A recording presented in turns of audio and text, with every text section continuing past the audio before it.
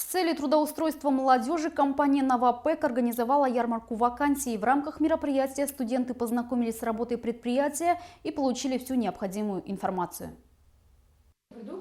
В ярмарке приняли участие студенты 4-го курса Кокшетавского университета имени Шоканова Алиханова, а также Высшего колледжа «Арна». Мероприятие способствовало налаживанию связи между работодателями и молодыми специалистами. Молодежный ресурсный центр совместно с Новопэком организовали ярмарку вакансий в виде экскурсии. В данной ярмарке вакансий приняли участие 30 человек, 30 студентов по специальности, по технической специальности и также инженерные.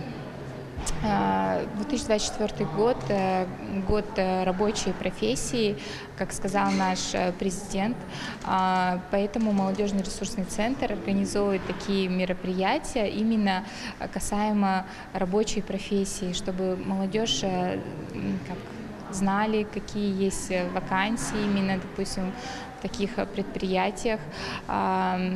Цель данной ярмарки – это трудоустроить молодежь. Компания предлагает вакансии по 4 основным направлениям. Перечень актуальных профессий включает в себя должность швеи, ткача, а также специалиста по технологиям. Это отличная возможность для молодых людей, которые находятся в поиске работы. На данный момент в компании есть более 100 вакансий. Мы провели экскурсию, показали основные наши направления.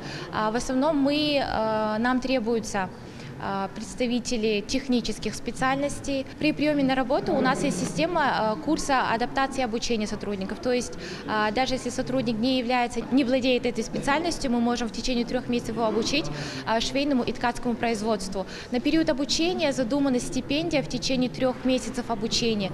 То есть мы даем им дополнительную специальность, освоение специальности. Также при освоении специальности мы выплачиваем стипендию, чтобы у сотрудника был стимул. Стипендия зависит от специальности, от должности, на который приходит человек, от 120 тысяч до 180 тысяч.